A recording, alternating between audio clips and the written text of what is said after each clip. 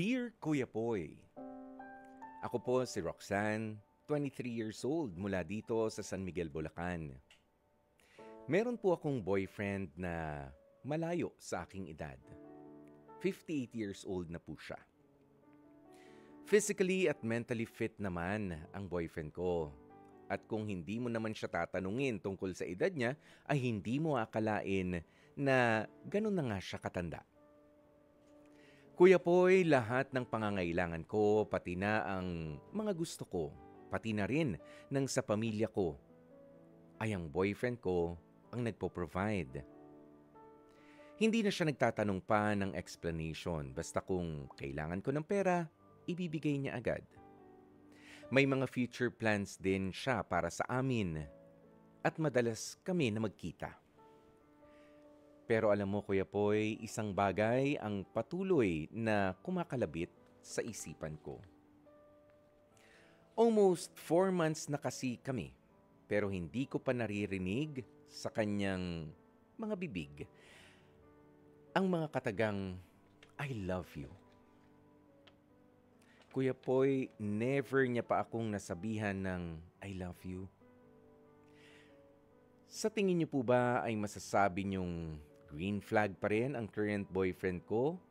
O sadyang nag-overthink lang ako? Para kasing ako lang din yung very open sa kanya sa mga bagay-bagay. Pero siya, pagdating sa akin, ay para bang misteryoso ang dami pang sikreto na hindi na ibabahagi. Pero ang sabi niya naman sa aking minsang pagtatanong, ang importante raw ay ang makapag-provide siya para sa akin, sa mga kailangan ko at sa mga gusto ko. Pero alam niyo kasi, Kuya Poy, seryoso ako sa kanya. Para sa akin, hindi yun sapat. Ewan ko ba kung masyado lang ba akong nagiging demanding. Sana po ay masagot ninyo ang katanungan kong ito. Magtatagal po ba ang relasyon namin? Seryoso ba siya sa akin? At malalaman ko ba kung bakit hindi niya ako sinasabihan ng I love you? Sakaling mapili po ninyo bilang tampok na kwento ang storya ko sa inyong programa, ay umaasa po ako na mabigyan ng payo ang gumugulo kong isipan. Lubos na naghahanap ng kasagutan, Roxanne. Balikan nga po natin itong kwentong ibinahagi ni Roxanne kung saan siya nga po ay 23 years old daw na nagkaroon ng boyfriend ngayon na magfo 4 months na sila. Nitong si boyfriend ay 58 years old. Okay? Pero may mga katanungan nga po sa isip itong si Roxanne. Bakit daw hindi siya nasasabihan ng I love you nitong si boyfriend? At bukod pa nga doon, ay parang misteryoso. Ayan, parang merong mga bagay na hindi niya ma-access pa sa mga conversation nila dito kay boyfriend. Samantalang siya, bilang masayang girlfriend, ay very open at kaya nga po sa kanyang pagiging bukas sa boyfriend niyang ito na mas matanda ng di hamak, talagang higit pa sa doble ng kanyang edad, ay nabibigyan pa nga siya ng kanyang mga pinansyal na pangangailangan at hindi lang siya na-extend pa raw itong pagbibigay ng pera doon sa kanyang pamilya. At may mga future plans pa raw itong si BF kay Roxanne. Ayan, hindi naman po natin sa inuhusgahan agad itong ganitong klase ng relasyon dahil meron naman din po tayo mga nakikita kung saan ay kahit pa nga magkalayo ang edad ng dalawang tao, ke si lalaki ang mas matanda o ke si babae ang mas matanda sa karelasyon niya, totoo naman ang kanilang pagmamahalan. Nga lang dito, parang nakikita natin sa 4 months months, almost 4 months, sabi nga ni Roxanne, na relationship nila, para napakabilis naman. Para sa akin ha, in my opinion, napakabilis naman na ikaw ay magbigay ng lahat ng pangangailangan ng girlfriend mo pero hindi mo pa siya nasabihan man lang ni minsan, not once, ng I love you. Oo, hindi lang 'yun. Bakit wala siyang access sa ilang mga impormasyon doon sa buhay mo naman? Eto bago ko magpatuloy, basahin muna natin ang ilan sa mga reaksyon ninyo. Sabi ni Gail Enriquez, iba nga diyan ay panayang I love you pero wala namang effort. Oo, I love you pero I want to feel your love. Hello? Hello? Hello? Hina ng signal Hindi totoo yan. Hello? Punta mo ako dito. Hello? Hello? Hello? Mamaya na lang. Pag-uwi ko na lang galing sa work. Yan, hindi na marinig. Gusto lang maramdaman yung pagmamahal, hindi lang marinig. 'Di ba? Magkaiba yun eh. Ayan, ito naman si Charisse. Sabi niya, for me at least, her boyfriend is just being real. Maganda na yun na hindi nga nagsasabi ng I love you kung hindi naman totoo. So okay na din yun. Hindi katulad ng iba dyan, I love you ng I love you, pero madami pala ang sinasabihan ng I love you. Isa pa yun. Yun pala ang opening at ending statement niya palagi sa kanyang mga pinopormahan. Pwede. Ayan, sabi naman niya Teresita Perfinian, Kuya Poy, para po sa akin, kung matagal na sila, bakit hindi niya itanong yung mga bagay na gumugulo sa isipan niya? Doon naman po sa hindi siya nagsasabi ng I love you, hindi pa ba sapat ang pagsuporta sa iyo at sa pamilya mo? Kasi yun lang ang masasabi kong, doon pa lang masasabi kong mahal ka naman ng boyfriend mo. Maraming salamat Teresita Perfinian. Ayan, meron nga po kasing mga karelasyon o merong mga tao na hindi man sila very expressive sa pananalita at sa pagpapaalala na I love you, pero doon naman sa acts of service. Malalaman mo, doon sa kanilang pagsuporta sa iyo, mararamdaman mo na mahal ka nila. Sa mga panahon na hindi ka naman nanghihina, pero nandyan sila, lalo lang pinalalakas yung loob mo, ini-inspire ka nila, 'di ba? Pero hindi sila nagsasabi ng I love you, yung ginagawa nila is enough or more than enough pa nga na siguraduhin sa iyo na mahal talaga kita. Yun. Hindi ko man sinasabi sa'yo madalas na I love you. Yan, yung mga ganyan. Take for example, naku, si Mrs. Popoy, hindi ano yan. Napakamahal ng I love you dyan.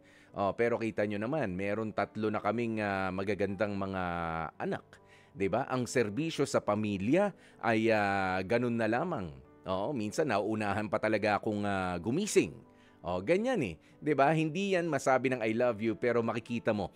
Doon sa mga ikinikilos niya bilang ina, bilang asawa ay yun na yung statement na I love you. Ganoon. Ito naman si nasan yan?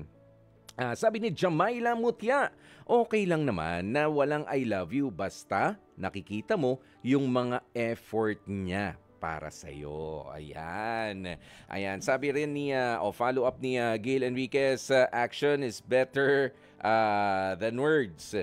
Yun ang sabi. Pero ito lang naman din, ang pinagtataka ko, Roxanne, kasi hindi mo naman naibahagi dito sa sulat mo kung papaano nga ba.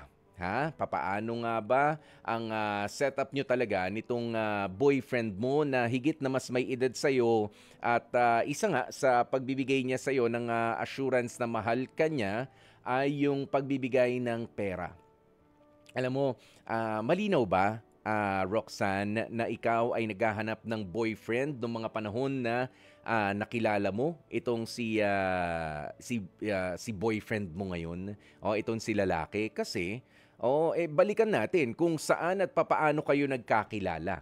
Kapag kayan ay very walang ligawan na nangyari, nagkasubuan, nagkatinginan lang, nagkakilala, sa dating app, kaya yung mga ganyan, pero hindi lang doon, pwede ngang nagkakilala kayo and then naging sweet pero walang opisyal na boyfriend, girlfriend, tapos binibigyan ka niya ng pera, teka lang, linawin natin, sino ka ba sa buhay niya at sino rin ba siya sa buhay mo? Baka hindi nyo nalinaw yan sa pag-uumpisa ng relationship. Baka ikaw ay nagbibigay bilang na magfo 4 months na kayo. Yes, 4 months na kayo na magkakilala at madalas na nagkikita. Pero alam ba niya na kino-consider mo na kayo ay talagang in a relationship as boyfriend and girlfriend? Ha? Kasi alam ko na napasulat ka, Roxanne, dahil seryoso ka.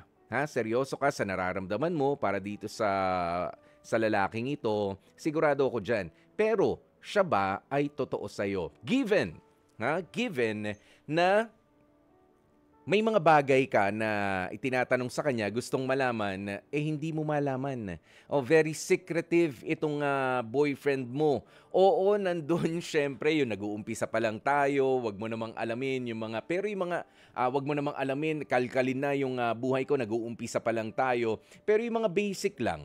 O yung mga basic na talaga bang wala kang karelasyon, talaga bang wala kang pamilya, saan ka ba nakatira, alam mo ba yan, Roxanne? Nakakapunta ka ba sa bahay nila? Na ipapakilala ka ba sa mga kaibigan niya, mga kamag-anak kaya, mga kapatid, yan na bilang girlfriend na talaga nitong boyfriend na to. Kung ganun, malamang sa malamang, totoo naman siya sa'yo. Hindi lang talaga siya expressive. Tama yung sinasabi kanina. Pero, eto medyo meron kasi ako nakikitang red flag. Bakit kasi meron na agad na perang involved sa relationship ninyo as early as, sabi mo nga, papasok pa lang kayo sa ika-4 na buwan ng pagsasama. Bakit meron ng pagsuporta sa pamagitan ng pera? Oo. Well, sabi mo nga, transparent ka kasi sa kanya, nasasabi mo lahat ng mga gusto mong sabihin, at siya naman able to provide, pero nagpo-provide, pero kasi alam mo, baka lang baka naman ang dating mo sa kanya ay, alam mo na, parang sugar baby. Ayan, isang babaeng hindi kailangan seryosohin. Pero payag na mapaglaruan, magbigay ng kasiyahan. Yung mga ganyan. I mean, meron siyang meron siyang means para gawin 'yun. Eto na lang. Samantala ikaw, nagseseryoso, pero dahil sa nabibigyan ka ng pera, sige, girlfriend na kita. Pero, in fact, isa ka lang sa mga girlfriends niya pala. 'Di ba? Hindi kailangan kasi may sumalubong doon sa saya na nararamdaman mo ngayon sa akala baka yan ay may kapalit. Lalo na nga meron ka kamong mga hindi alam at hindi pa malaman tungkol sa boyfriend mo. Okay? May perang involved eh. Humarap na ba siya? I-check mo, humarap na ba siya sa mga magulang mo? Kahit pa nga yung edad nila, malamang magkakaedad yan, ano? Wala namang problema. Pero humarap na ba siya? Nagpakatao ba siya na harapin mga kapatid mo? O naisasama mo ba siya sa mga kaibigan mo? Nakakapag-date ba kayo in public nang walang tinataguan? Yan yung mga dapat mong tanungin, Roxanne, at obserbahan. Kasi kung yung madalas ninyong pagkikita ay doon lamang sa sikretong mundo ninyo, doon lamang sa loob ng isang kwarto o sa loob ng isang bahay na akala mo ay nagiging gusto lang ni boyfriend ay private kayo, alamin mo, dapat maging wais ka. Itinatago kaya ako neto? Dapat ganun. Itinatago mo ba ako? Sino ba talaga ako sa buhay mo? Kasi nga, mas marami ng experience yan. Pagka mas matagal ka na sa mundo, mas marami ka ng karanasan. Yun naman ang katotohanan. At ikaw, Roxanne, ay bata-bata pa lang, baka ikaw ay napapaikot sa mga kamay nitong kinikilala mong boyfriend mo. Siguraduhin mo yan. Plus, hindi kasi maganda. Hindi maganda na nag-uumpisa ang relationship ninyo at isa sa mga ipinopondo nyo rito ay yung pagbibigayan o yung pagbibigay sa'yo agad ng pera bilang suporta. Yes, sabi mo nga, kailangan mo naman kasi. Pero in-extend na rin para sa mga magulang mo. Well, sa mga In cases of emergency, tatanggapin ko yan. Kung ako nasa kalagayan mo, ha, halimbawa ay talagang walang-wala, sige tatanggapin ko. Pero bilang isang boyfriend, bilang isang girlfriend, nag-uumpisa na may konting ungot ka, may konti ka nagustuhan, ibibigay na sa'yo agad, magtaka ka na. No, magtaka ka na. Hindi basta-basta 'yan. Pagmamahal pa nga ba 'yon or parang binabayaran na lamang o yung pagmamahal na hindi niya maibigay talaga sa iyo ng tunay. Baka isa ka nga lang doon sa marami niyang koleksyon ng mga babae. 'Di ba? Obserbahan mo kung sino ka ba talaga, nasaan ka, and please stop na muna yung pagtanggap ng perang iniaabot ng boyfriend mo. O kung hindi mo naman kinakailangan ito. Yun lang. Okay lang na magpahiraman from time to time. Okay lang na tumanggap ng tulong na wala nang solian kung kinakailangan. Pero kung parang sinusuportahan ka na, binubuhay ka na, kahit pa nga mahal ako, teka lang. Tinutulungan mo kasi yung sarili mo na maging tamad at ikaw naman ay minamanipula niya na maging nakaasa na lang sa kanya.